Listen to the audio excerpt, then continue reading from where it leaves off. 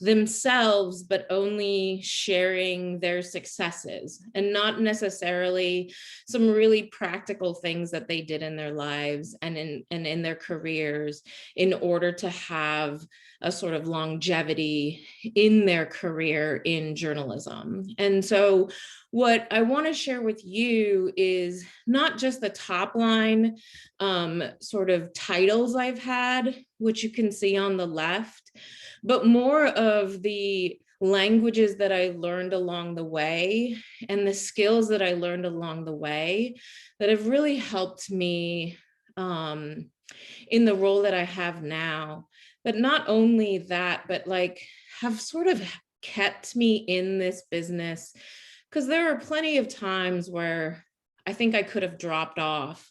And I think that maybe my skill set wasn't as valuable. And so because things are changing so fast, new technologies are cropping up, I wanted to give you a sense of sort of how I've kept myself in this business and hopefully stayed relevant, but also like gave you insight into some of the decisions that I made that sometimes weren't the easiest.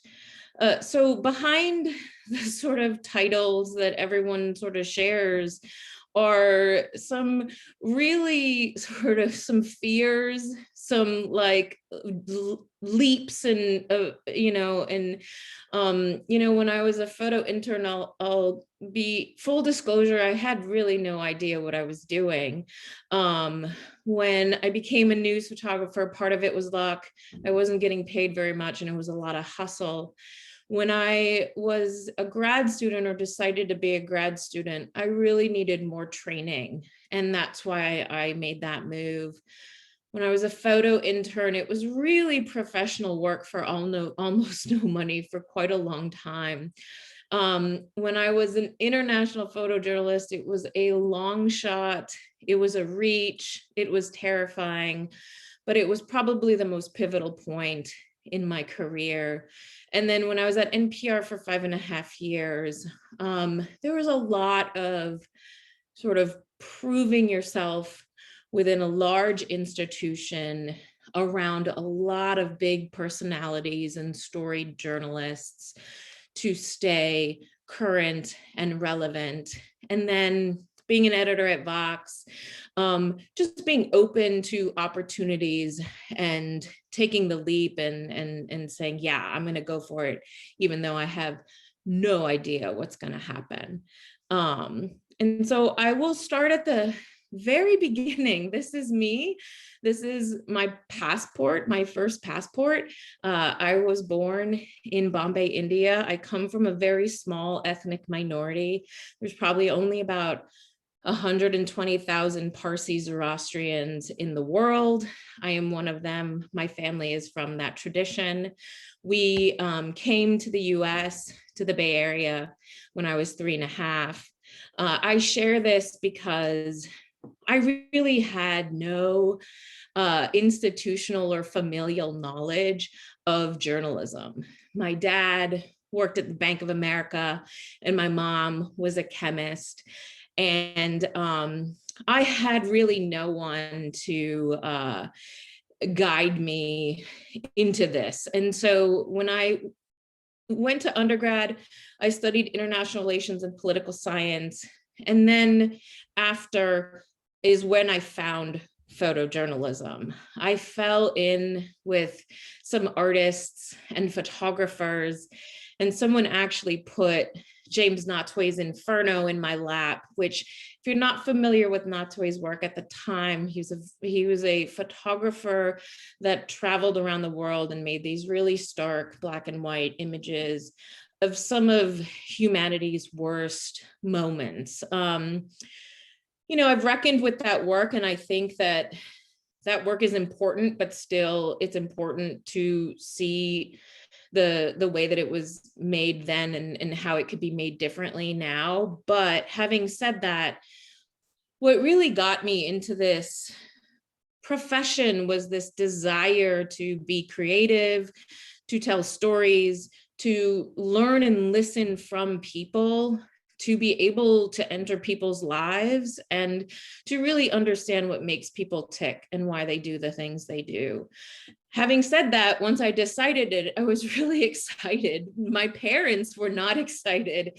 And I really had no roadmap to try to figure out how to be part of this language, how to be part of this profession. So where you all are now is leaps and bounds ahead of where I was at your age. And so, sky's the limit. So what I did when I moved back to the Bay after my undergrad is I just really started looking at internships at really local newspapers. So the Palo Alto Weekly was my very first internship into journalism. It is a small community newspaper in Palo Alto, California. And these are some of the very early photos I made, not even really understanding the camera and what makes a compelling photo story, but you'll already see some of the visual variety that I was coached and trained into creating while you're making multiple images for a story. All of these photographs are of a beloved bookstore in Palo Alto that was about to close, and people really trying to hold on to Kepler's. And so these were some of the earliest photographs that I made, and one of my colleagues, Nick, made as well, just to give you a sense of some of the early days and the really local journalism that I did. I then transitioned from being an intern to actually being sort of a paid news photographer, still in local journalism. This is all in the Bay Area. This was my very first camera that I purchased and laptop that I purchased with my own savings because, the paper wasn't big enough to issue gear. I would drive about 200 miles and do about 8 assignments a day for the local newspaper. I went from fires to funerals to volleyball games to restaurant openings to city council meetings. And I even covered high school sports at my old high school where I graduated from not too long ago. And this was my sort of 10,000 hours behind the camera. I did this for about 5.5 years. I would temp in the mornings. I would go in and I'd work about 8 to 12, as a receptionist. And then I would go into the newspaper about 1 to 10 or 1 to 11 during the day. And this is my training ground. This is what I call the hustle. This is where I learned how to talk to strangers, because photographer and usually news photographers, it is a very lonely thing to be out in the world. You are by yourself and you need to talk to strangers the entire time. And sometimes I had very little training. I remember one of my editors said, there's a gang funeral in the afternoon. I want a photograph for the front page. We are not invited. So it was basically like, figure out how to get in. And I was terrified. I wanted to be sensitive to the family, but I also wanted this to give them a chance to know that the local paper was interested in their story. And so I remember parking across the street and with a long lens, trying to make photographs, and I felt really creepy. And so I just mustered up the courage to get out of the car, walk into the funeral home, ask a family member if they wanted to tell their story. I told them what publication I was from, and they actually were so happy that I was there and that we cared. They brought me all the way up to the open coffin and allowed me to make photographs as they were mourning their loved one. And so that isn't anything that anyone taught me in a class. It isn't even something that my editor walked me through. It's just something that I learned along the way. It was when I got an assignment, I had to problem solve and figure out how to do the assignment. That is what those 5.5 years gave me. I can't say that they gave me the ability to make great photographs because I just didn't have that training. But what they gave me was a true love of meeting people and telling stories and being the person on the ground that was responsible to share what I was seeing with other people. I asked a local photographer to review my portfolio at the time, and he was very honest with me and said, "You need to go to grad school." Because what he saw was, translation, these are really bad photographs. You will not even get an internship at a newspaper that's bigger than the San Mateo Daily. You need to go to grad school and hone in on the craft. I chose Ohio University partially because it had a really great visual communications program. It was also not as expensive as some of the other private schools. So I could afford it. I could get some loans, and I could also teach to offset some of the costs. And it was truly the best decision I ever made. And I say that because what it allowed me to do was to see that this was a formal language and a way of communicating. And it was a lot more than making one photograph. It was a whole host of things. It was about picture editing. It was about seeing light. It was about collaborating with people. And it was about getting closer and finding moments in communities on your own. And it was also about having some time. When I was doing 8 assignments a day, I never had time to sit back and think and grow. And the ability to spend 2 years in an institution to think and grow about my visual voice was really invaluable. And so already you can see the photographs are changing. There's better light. There is a moment. There is some composition. These are some of my colleagues. What I also found was community and really a group of people that challenged me every day. And when I would bring a shit photo into class, they would tell me that's a shit photo. Like you phoned it in. And it was a really safe environment in order to do that. And that was absolutely invaluable. And I'm still really, really good friends with a lot of folks that I shared this time with. The other thing that I had the opportunity to do, and I'm just going to play you a clip. Let's see if this works.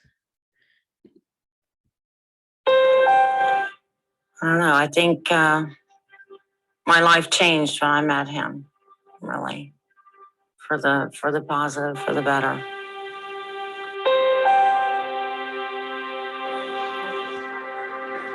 Do you want to rest in your bed for a little while? Do you want to rest in your bed for a while? No. Okay.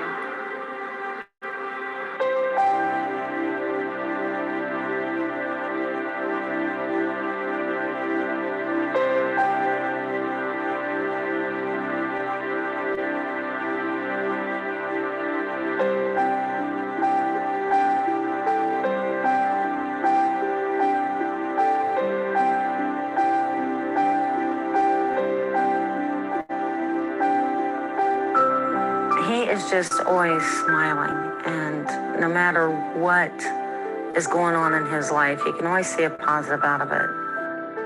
He just goes and goes, and he never meets a stranger. He's just always someone that recognizes him when we're out. And very generous, has a lot of friends. He's an awesome guy.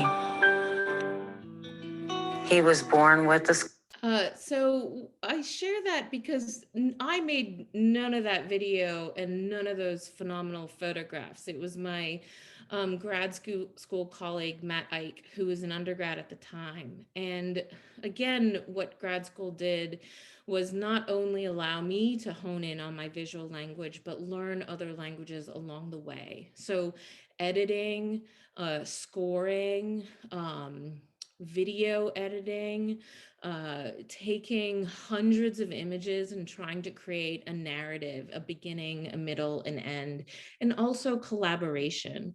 That wasn't anything that I was able to do as a news photographer, and something that I really found exciting and valuable. And it made me a better photographer seeing Matt's photographs, and he's so incredibly talented.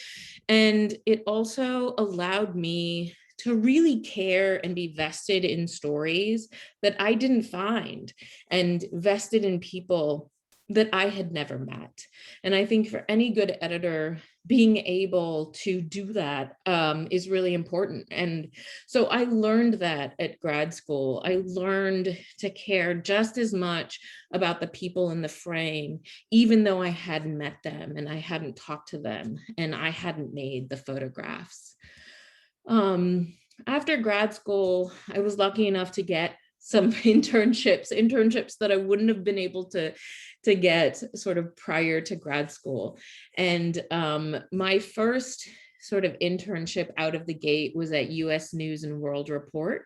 That is actually me behind the camera on the Hill. And this was another sink or swim moment. It was basically, my editor, Jen Poggi at the time, giving me a press pass to the Hill and essentially saying, figure it out and learn from the other colleagues and figure out who's nice and who's not, and get elbowed by some real asshole photographers and find the ones that'll help you out. And so actually, when Hillary Clinton came back to the Senate, this was her first day back, and I had no idea where to stand. And so I actually got into the photograph of the Washington Post photographer's image, and this ran in the Washington Post. And Milena Mara was so pissed at me, and she didn't know who I was.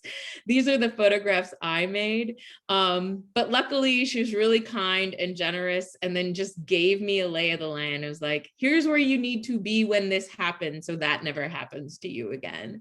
And so much of it, even after grad school, was just on the job training and having some humility, and also relying on other people that have been doing this for a really long time to kind of show you the ropes. And I was really lucky that people did that. I then went to the St. Pete Times, which is now the Tampa Bay Times in Florida. And just to give you a sense of how invaluable that training was in grad school, one of the first things that they asked me to do at my internship, which was very similar to what I did with Matt. Kathleen Flynn and Chris Hundley had just come back from India on a huge reporting trip about medical trials that pharmaceutical companies were doing on Indian citizens. And they wanted to make a multimedia presentation, but they actually had no one on staff that understood how to do that. And so literally the first week I started at the St. Pete Times, I was given about 3,000 photographs from Kathleen and this story. And I sat in a conference room for about 4 weeks, not even going out to St. Pete and making photographs, but putting this story together for their site. And it really pulled from all of the stuff that I learned in grad school, how to communicate, how to work with journalists, how to create a narrative arc, how to use music and imagery together in order to tell a story. And it really was one of the first stories of this type that the St. Pete Times had ever done. And they let an intern do it. Which at the time when I look back, I'm like, oh my God, that is absolutely bonkers. But it just goes to show you, if you have a new skill set and things are changing so fast, you can really get some great opportunities in places that may or may not understand a new format or new way of communicating. What happened next is Obama got elected president, and I was one of 4 journalists selected by the St. Pete Times to go to DC and cover the inauguration. And I got to tell you, some photographers at the newspaper were pissed that they were sending the intern. But I flipped 3 videos in 3 days, as well as made a photo for the homepage the day before the inauguration. And so, you know, a lot of it is sink or swim. A lot of it is just really putting yourself out there, being confident in the stuff that you know and in your abilities to do something, taking the chances when they're given to you, and really relying on your colleagues if you need help and if you need some advice. And the St. Pete Times was an absolutely great place with a great photo staff that allowed, I met Melissa Little there, and Kathleen Flynn and Edmund Fountain, and I worked with reporters like Chris Hundley. I mean, it was a fantastic training ground. And I was really, really lucky to be able to have that opportunity. The next thing that happened, and while I was Kainaz, just a quick thing. Were you doing both video and stills at the inauguration? Yes. Okay. Yes. I was doing both video and stills. The Canon 5D had just come out. And so I had the Canon 5D. I had a off-camera recording device, a little Marantz for audio. And so I was making still images and video at the same time. I don't even know if I have some of those old videos, but it was, so one thing I remember during the inauguration, it was so cold that my batteries froze. And so we had to have hand warmers in our pockets, and not for your hands, but for your batteries. So they would stay active. And I think I slept 4 hours in 5 days. So it was wild. But it was an adrenaline rush, and something I'll truly never forget. While I was at the St. Pete Times, towards the tail end of my grad school, I had applied for a Fulbright scholarship. And it's a really long process. You don't find out until like almost a year and a half after you apply whether or not you've gotten the grant. I was lucky enough to get the grant originally. I hadn't gotten the grant, but Congress had passed a bill and the Fulbright Commission got some more money. They called me in August and said, I need to be in Bombay by December. And so I sort of had to pack up my life in St. Pete, drive cross country, sell my car. I bought camera gear with all my car because I was using the papers gear, and I moved to Bombay. It was exciting for me because my family was from there, like I said, and I had never had a chance to understand the city that my parents grew up in.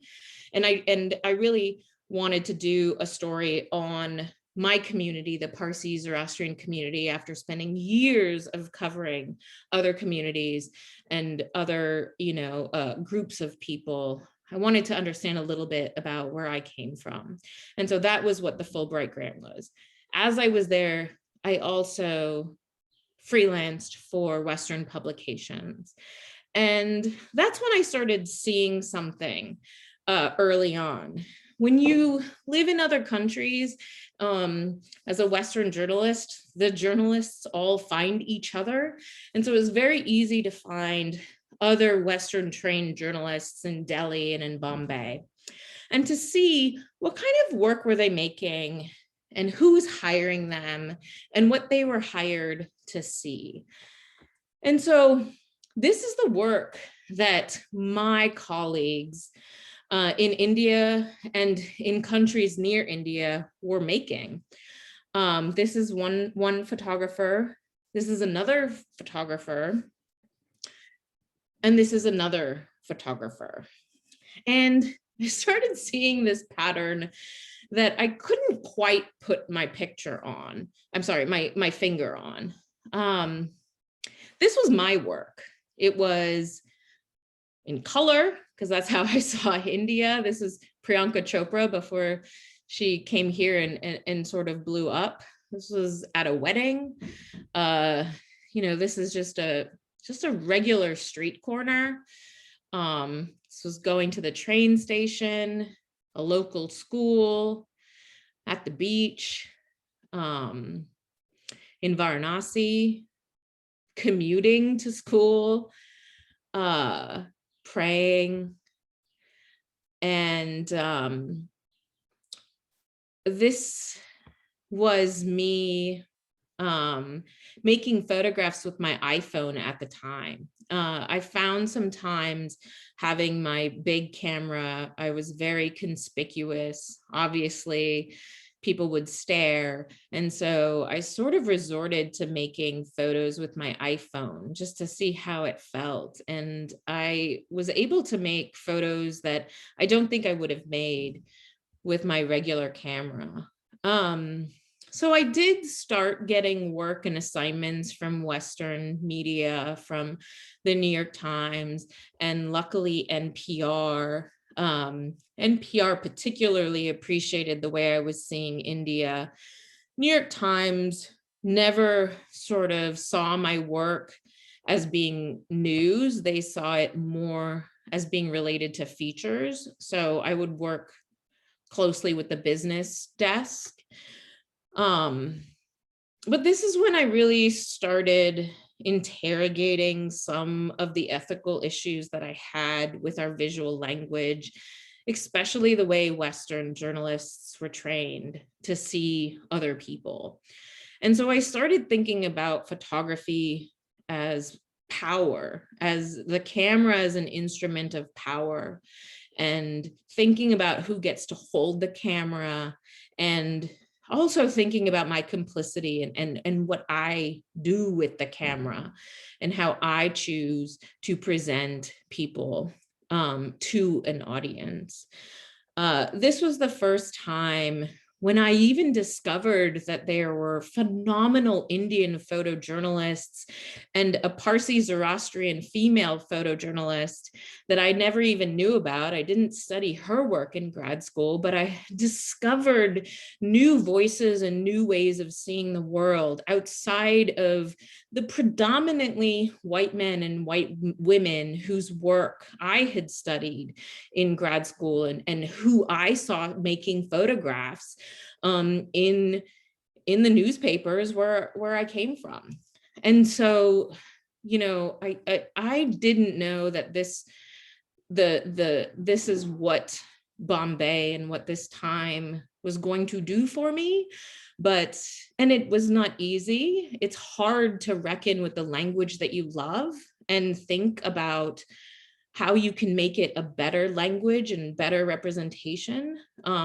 But I think it was really pivotal for my growth and also for me to stay in the industry. There was a time when I maybe felt like this was not for me, but I sort of hung on. Just to give you a sense of what still is being heralded and awarded often. And the people behind these photographs often look like this. This was just 2018, the World Press photograph finalists. And so we still have a long way to go of really, interrogating the language and interrogating the people who had a chance to create this language and develop this language, and how do we bring in new voices and new ways of seeing that maybe sort of challenge some of the assumptions that we were taught, and that we continue to practice, frankly. So lots to think about. A very confused Indian American photographer in Bombay by herself, thinking about all these things. Sometimes I got really depressed, and other times I would find like-minded people, and it would be great. Phenomenal experience overall, and very fortunate, because one assignment that I did get that truly changed my life, and it was because of the iPhone photographs that I made. Keith Jenkins at NPR somehow saw these photographs on Facebook as I was posting them and saw something different. And so when he had an assignment to hire a photographer in India to travel the length of the Grand Trunk Road with a radio reporter and a radio producer, he hired me. And I spent 2 weeks on the road for NPR. And I'll never forget, the editor at NPR told me, your job is to stay in the car because they might forget that you're there, because radio journalists were not used to working with photographers at all.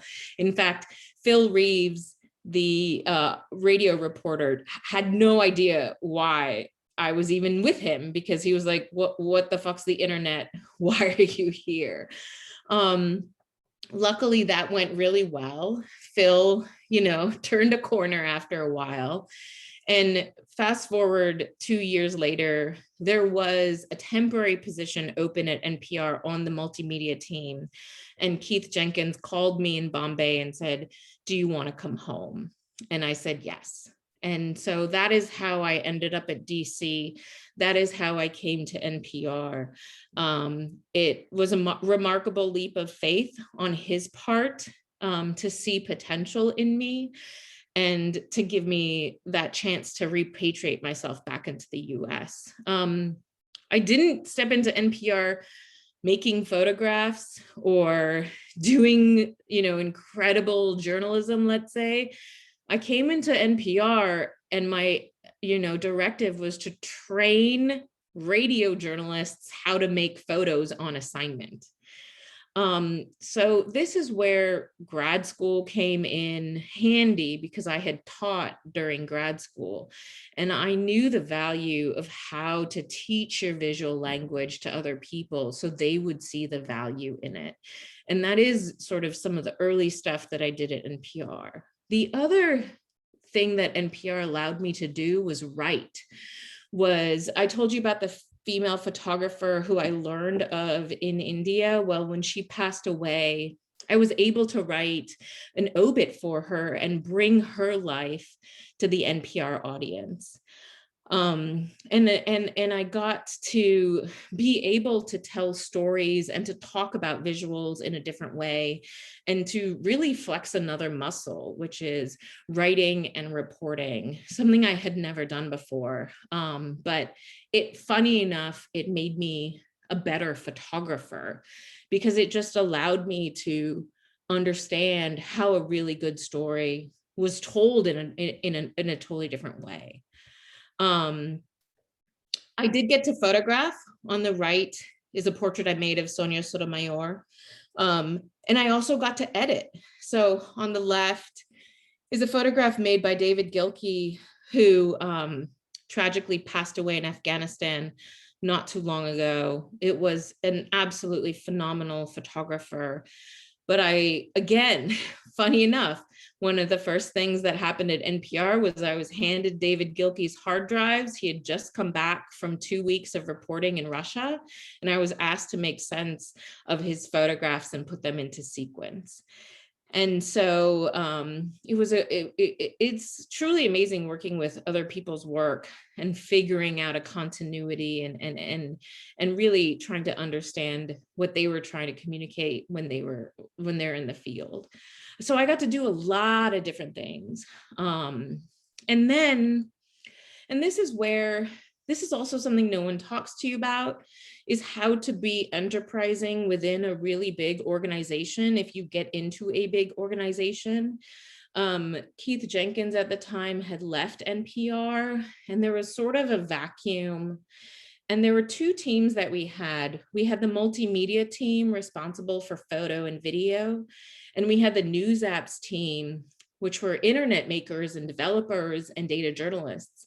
And we decided to combine those teams, and we created the visuals team for NPR. So we were a team of interdisciplinary journalists. We were photographers, editors, developers, data journalists, UX designers, producers, video editors, all working together to create stories. And one of the, I think, highlights from that time was this story called Money Makes a T-shirt. I don't know if you guys are familiar with this story, but what I love about this story is it really couldn't have happened without the internet. Planet Money is an audio podcast that explains really complex economic problems in simple ways. And they wanted to make a t-shirt and follow that t-shirt around the world as it got made. But they needed a lot of money to do that. So they went on Kickstarter to ask their audience for $50,000. And they got almost $600,000 to tell this story from the audience. And this project was fabulous. I loved it so much. Thank you. And I learned a ton about this project. But what happened was Planet Money was a bunch of really talented radio journalists that had no idea how to make internet. And so they were like, what the fuck are we going to do? We just got $600,000. We don't even know what to do with this in order to take this story online. And so that's when the visuals team came in, and we did some work around what the story was. We asked 3 really important questions. Who's our audience? What are their needs? What are you going to make? This is when my skills in the language of collaboration, again, remember me in grad school, working with Matt Ike, me at the St. Pete Times, working with Kathleen and Chris. It's all sort of coming together in this really, really big way where the stakes are incredibly high. So I had some reps, but nothing at this scale. And so here are some sort of chicken scratches of sort of early things that we had to do. We had to travel to 4 or 5 different countries. We hired freelance photographers all over the world. I traveled to Bangladesh. David traveled to Indonesia. We had a bunch of audio journalists traveling with us. And we spent almost over 2 months reporting the story, and then another 2 months putting the story together. And so here are some of the ways that we sort of, or this is Wes, our UX designer, and I'd never worked with a UX designer, but Wes is responsible for getting someone through a story that is this complicated by using design and functionality and making internet from the ground up. So literally, I believe there were about, at one point, 8 of us in one conference room working nonstop for at least 8 weeks, putting this story together. And I'll just show you the intro and a little bit so you can get a sense of what it was about. Rolling. I'm Alex Bloomberg at Planet Money. And a while ago, we had this idea. Make a t-shirt and then file that shirt around the world as it gets made. This right here, crap. This is the shirt we made. And it's just an ordinary shirt. It's not made of organic cotton. It's not handmade in the United States. We wanted to tell the story of our clothes the way the vast majority of our clothes are actually made. Because behind all of our clothes, behind this shirt, there is an entire world. And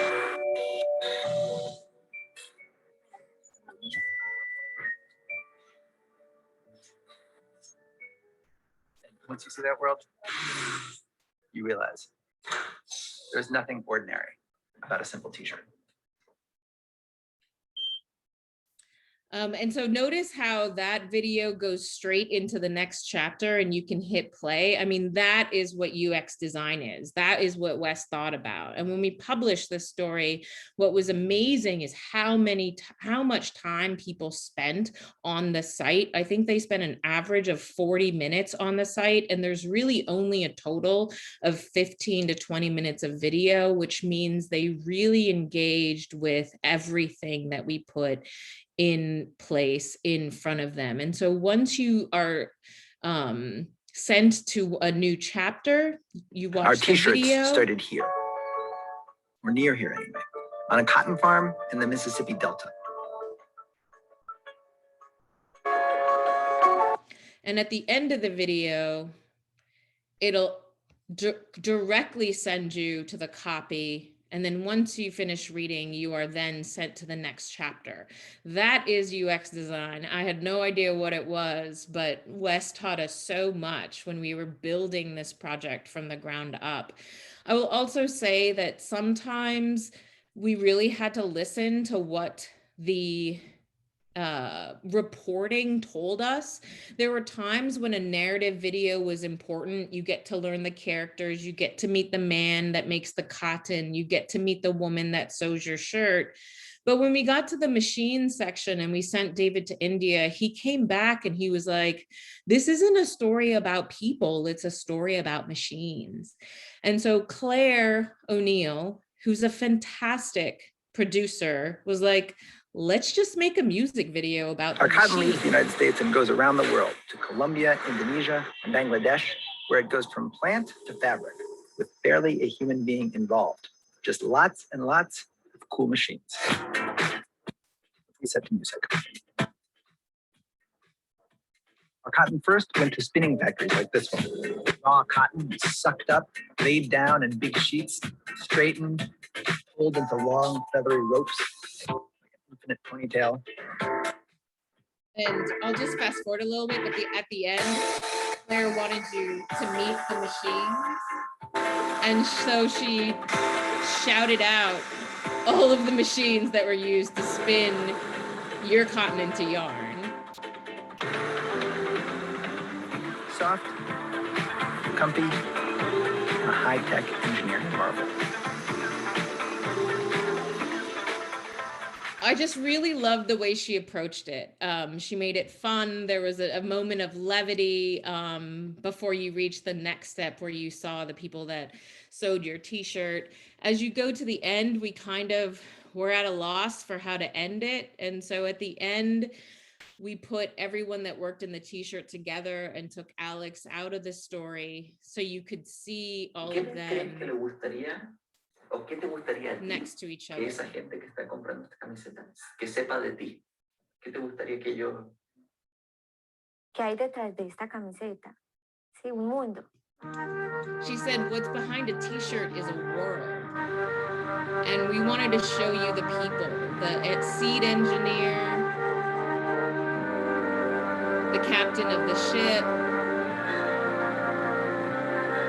And so we asked all of our photographers in the field to take video portraits of everyone that they met. We didn't know what we were going to do with them at the end, but we thought, hey, let's put them all together.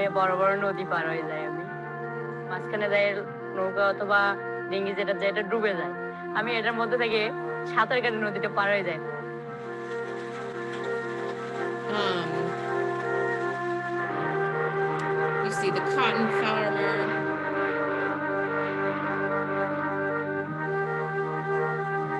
You see the cotton harvester, the longshoreman in Colombia, the t-shirt printer in Brooklyn, and his two kids. Un mundo. persona con sueños, con esperanzas, que quiere salir adelante. Personas con muchas necesidades, humildes, también con muchos sueños. People with many dreams. And then the way we ended this story was when we mailed the t-shirt to people, we asked them to hashtag and post the t-shirt online, and we brought all of them together at the end so you could see the people that paid for the story and them wearing the t-shirt in their home, in their own homes, in their lives. That's my cousin. That's my other cousin. That's Claire's sister, and I think my brother is here somewhere as well. But it was a way, I mean, this story was really amazing because it allowed us to, I mean, if the internet didn't exist, this story wouldn't have existed. And that was what was so exciting about it. And that was what was so exciting about bringing it to a radio network. We won an Emmy for this story. We won another award where we were allowed to meet the president. This is actually the first time that my parents realized that I had a legitimate career. After everything that I had done, they were finally like, oh, okay, this is good. This is okay. So keep in mind that, you know, sometimes even the closest people will not understand what you're doing, but eventually they may, and they may not, whatever, it's fine. But we were able to do some really fun, creative storytelling at NPR because of the way that we approach stories and the variety of journalists that we had working on stories. And this was a story where Steven Skeep, Nishant, and I, and another radio producer drove the US-Mexico border and told stories along the way of the people we met, a totally different UX experience and different stuff that we learned. This was a story on the rainforest, which tragically we could do this story again today, but we did a story on how much the rainforest was depleting, and this was about 10 years ago. And so some stories, we're just going to be reporting on them for a really long time. We even did stories on plastic surgery and what's the relationship that some countries have to plastic surgery that other people don't. So the topics varied and the way that we built the stories varied, and the collaborations were incredible. And I decided to leave NPR, and a lot of people were like, why did you decide to leave? And I got to tell you, it was probably one of the hardest decisions I ever made, because of all these wonderful people that I worked with, but I needed a new challenge and a new sort of institution. And then I found myself solving the same problems. And so before you go on to Vox, we have a question sort of about what you learned about managing while you're at NPR, and what were the challenges? That's such a great question. So the hardest part at NPR, and I don't know how you do this any other way, was at one point I became the supervisor of my friends, of my peers, and no one coached me how to do that. And one thing that NPR didn't do, which hopefully they're doing now, is give you manager training, because it is not something that's intuitive. Communication and giving feedback and being responsible for someone else's career and growth and talking about workflow and building relationships in a building and being responsible for you know, the execution of stories. I mean, this is a whole set of skills that that wasn't a language that I had any training in. And that was really difficult. And had I had the hindsight I should have asked. I should have asked other managers to take me under their wing. I should have asked for some training. I didn't know that that's what I needed. You know, I was so focused on the creative aspect of the work that I was totally in the dark at what supervising meant and what managing meant. So fantastic question. I was a terrible manager the first time around. So the follow-up question on that is then, how did you teach yourself the management piece of that? That's a really great question. I mean, I leaned on my supervisor a lot. We made a ton of mistakes. We had a lot of hard conversations. I did eventually like ask questions. And I kind of sort of muddled through. And one thing that I found very valuable at Vox is the first thing that I got was management training. And I'd never gotten that before. And so that is actually something that now I tell people when they become editors, when they become supervisors, you should and can ask for training.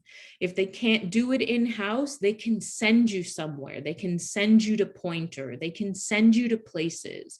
But you should be able to ask that, and it will make you a better manager, and it'll make the people that you work with happier. Any other questions, Regina? Well, we have one we'll circle back to at the end. Okay. But, this is really quick. I'm almost done. I'm sorry if I'm going over. no, we're fine. We're good. We're good. Okay. So I came to Vox. Vox never had a visuals team. Vox was very young when I arrived. We still are very young. We're only 7 years old. What I liked about Vox was Vox understood the internet. I didn't have to train radio journalists on what the internet was. I wasn't working in a legacy organization. Everyone understood the internet. The reporters understood what Instagram was. They knew how to talk on Twitter and Facebook. They were all using the technologies that I was using. And they had some really great things that I thought were invaluable. One was the management training. Two was a code of conduct, a language of how to treat colleagues and speak people in a really healthy work culture that I really appreciated. And now at Vox, and you know, you'll see how all those other languages that I sort of dipped my toe in are all coming together. At Vox, I manage a team. We are responsible for photography, illustrations, graphics, infographics, data visualizations, and interactives for everything on site. So basically everything that's not video is sort of under my team and my purview. I also report on photojournalism. I get to spend time and think about ethics and think about our industry, and I get to pitch stories and then find some time to report on those stories, which I never thought I would be able to do that. And I honestly didn't even know I was interested in that. I get to write and maintain a code of ethics. So, you know, if you remember all the stuff that I was thinking about in India and how that would come into play, I get to now put it in practice. I get to give our newsroom a framework of how to be better visual journalists, how to better represent people. When I hire freelancers, I hire local photographers that are of the community who we're covering.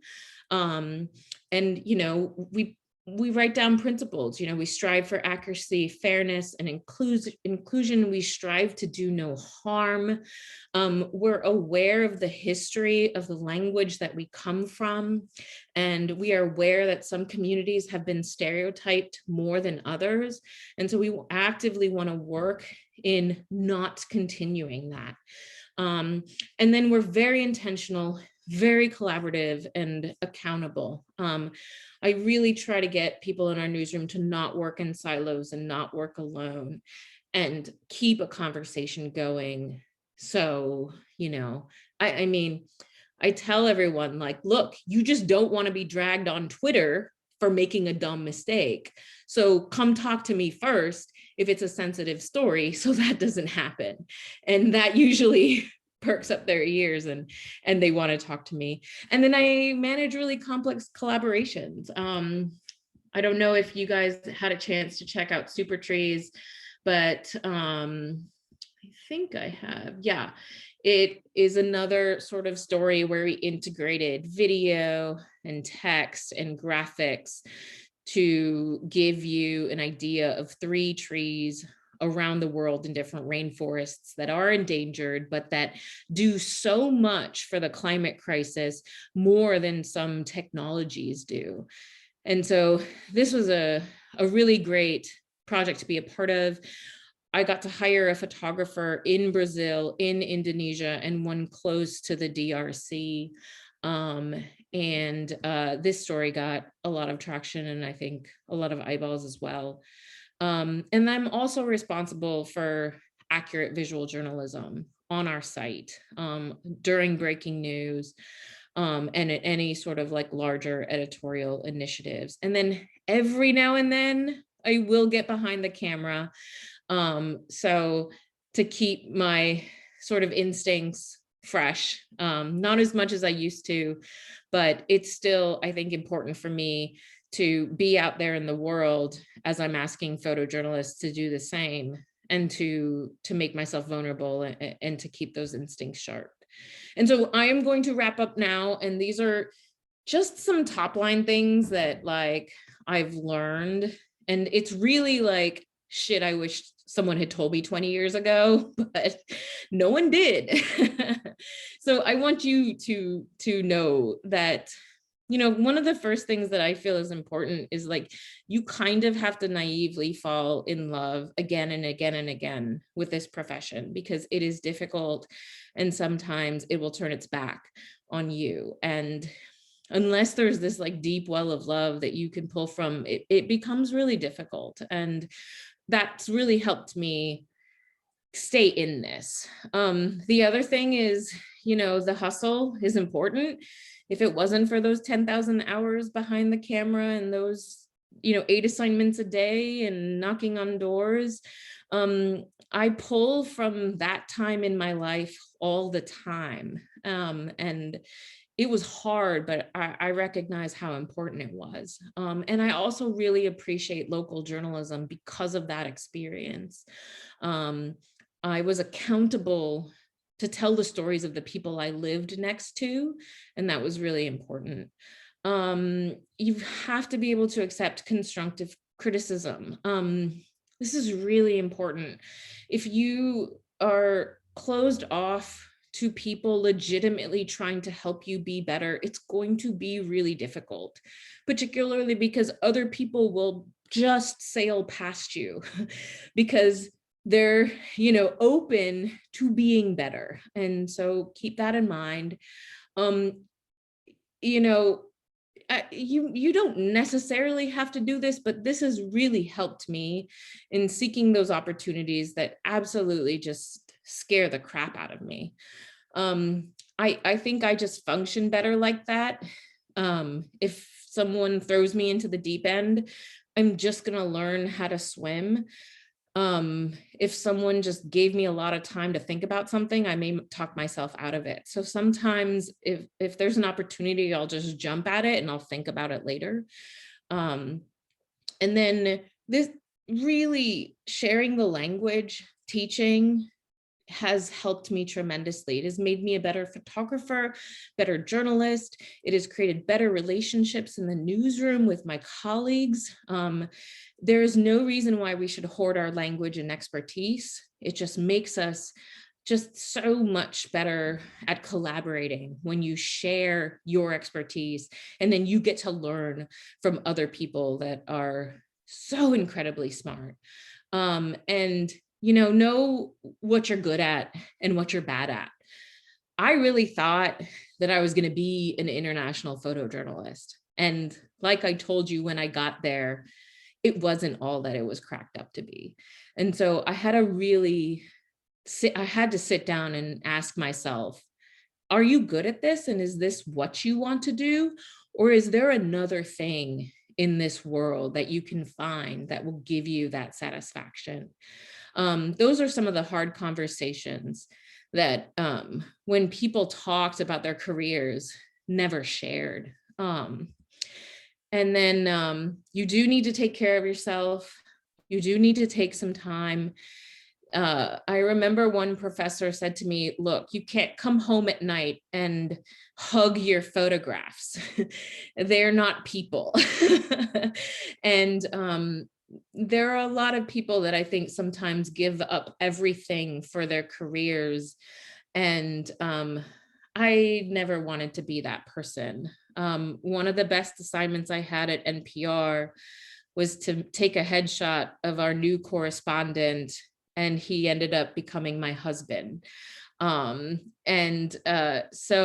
you know, no assignment is too small, but also your life is important, your health is important, and that balance is really important. And the last thing is just to have humility, and to never, to understand what an incredible responsibility it is to tell stories, especially other people's stories.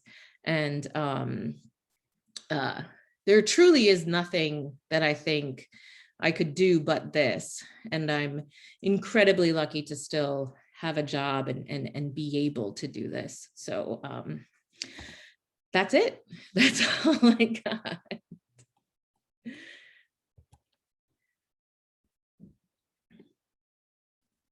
Okay, let's take a few minutes for questions. I know we're at the 1 hour mark, but we'll stick around for questions for people who want to chat a little more. We have one that came in earlier to kind of circle back to World Press. Do you think it's getting any better? Do non-white journalists feel like they're not welcome? Yeah, you know, there are a lot of affinity groups now, which is phenomenal. There are so many places that you can get support and solidarity that just did not exist when I came up. And I think that's fantastic. Do I think the numbers are changing as fast as they should? No. To my knowledge, Getty just hired their first Black photographer in the United States a few months ago, which I think is shocking and a Minnesota guy, in fact. So yes, who's fantastic. But it's also shocking how few, even just Black women, that we have working in photo right now in our country, let alone in other countries. So I will say, yes, Ash, Diversify Photo is fantastic. There are lots of other places like that. I do find that people are having some really interesting conversations around the margins, but I do think some of the institutions are much more averse to some of the changes that I think need to happen fairly quickly. All right, so Will wants to know what you think the future holds for you professionally and for the profession in general. There's a little question for you. Listen, no journalist knows what the future is going to hold. That's the dirty little secret. And if any journalist tells you this is where things are going, they have no idea. And so I've learned along the way that, like, I actually don't know what the future is going to bring. I don't know what new platforms are going to spring up. I don't know what new tools we're going to have. So the thing that grounds me is being really good at a thing. So being really good at one language, which for me was the visuals language, and then being able to add different languages along the way has sustained me. And so now I know I have the sort of flexibility to change and grow if and when I need to, when the industry goes in a place that I don't even anticipate. The past 2 jobs that I had didn't exist before I stepped into them. So there was absolutely zero roadmap to, you know, even the past 2 jobs that I had. So I have a feeling potentially my next job and potentially what's beyond Vox, it might not exist right now. Yeah, cool. All right. So Eitan would like to know if you have a favorite famous person you've met and if they remembered you from a previous visit. Oh, well, Sotomayor is probably one of the most remarkable women that I've ever met. And I actually ran into her in a Trader Joe's like years after I photographed her. Absolutely no, she did not remember me, but I remember just saying, hi, I photographed you about 4 years ago with Nina Totenberg, and thank you, you're amazing. And she just wanted to buy sausages and probably did not want to be bothered. Yeah, but to be honest with you, it's not the famous people that I remember. There was one boy in New Delhi that I remember photographing who was selling balloons, and we wanted to talk to him, and he was pretty reticent. And it didn't seem like he could talk to us. And I think our translator asked him a question, and he just, he seemed really sad, and the only thing he said is like he has no choice, he has to do this. And he left, and I made a picture of him walking away with all these colorful balloons, and for some reason he sticks in my mind as a child that even at such a young age didn't feel like he had a lot of options. And it's those people that I sort of take with me. The famous people are just too big and sometimes don't give you much of themselves. But, you know, the people that, you know, you wouldn't think of really stay with you for a really long time. Yeah, I can relate to that. All right. So how did you learn to freelance? How did you make yourself recognizable and hireable? And oh, first of all, it was, I know I'm aging myself, but it was a long time ago, and the internet, the social channels that we have now just didn't exist. And so back in the days, you had to cold email editors and print out photographs and put them in a book and travel to New York and find their offices in this really big city to spend 10 minutes of their time flipping through your book really fast and then saying thank you. And that was terrible. I hated it. And I was, you know, one of the things that I learned as a freelancer is that I actually am not adept at the business side and the marketing side of being a freelancer. And I truly did not enjoy that. And that's why I think I sought institutions and I sought collaborations, because again, I had that hard conversation with myself. What are the things that I love about this? And what are the things that I don't like? And does the good outweigh the bad? And then where can I find a place that would be better suited for what I'm good at? And it turns out being an editor and being part of a larger newsroom is just better for me. so how did you know you were ready to be an editor? Hannah wants to know. Oh, you know, I found myself very alone as a freelancer, and I decided to be an editor and step a little bit away from the camera because I was a really social person, and I wanted to shape stories beyond getting the assignment. What I found when I was a freelancer was that editors would give me an assignment, I would do the assignment, and then they would take the photos and do whatever they wanted with them, and that was it. And I thought, well, I want more. I want to, you know, I want to be in the ground up when the story is being thought of as an idea and then help shape it. And so it was basically me sort of saying, this isn't enough anymore. I had done so many assignments. I had clocked so many hours doing assignments that I wanted more. Great. All right. And Peg Ackerman, who teaches out in Seattle, says, I'm so glad you said it's not the famous people you remember. I tell my students that all the time. It's just the regular people who stick. And I would agree with that as well. For me, I have way more memories of just people who've let you into their homes and into their lives than the famous ones. Although I will say Walter Mondale was fabulous. He used to meet you once and recognize you forever. But other than that, most of them just kind of pass you by and you're the invisible photographer. So That's right. Yeah. All right. Well, thank you so much for this. We really appreciate it. It's just been a great talk and great conversation. And thank you for taking the time to be here with us. We appreciate it. It's my pleasure. Thanks for having me. I really appreciate it. All right. Thank you guys for attending. And I'll see some of you next week. And those of you who I won't, it's great to have you here. So, all right.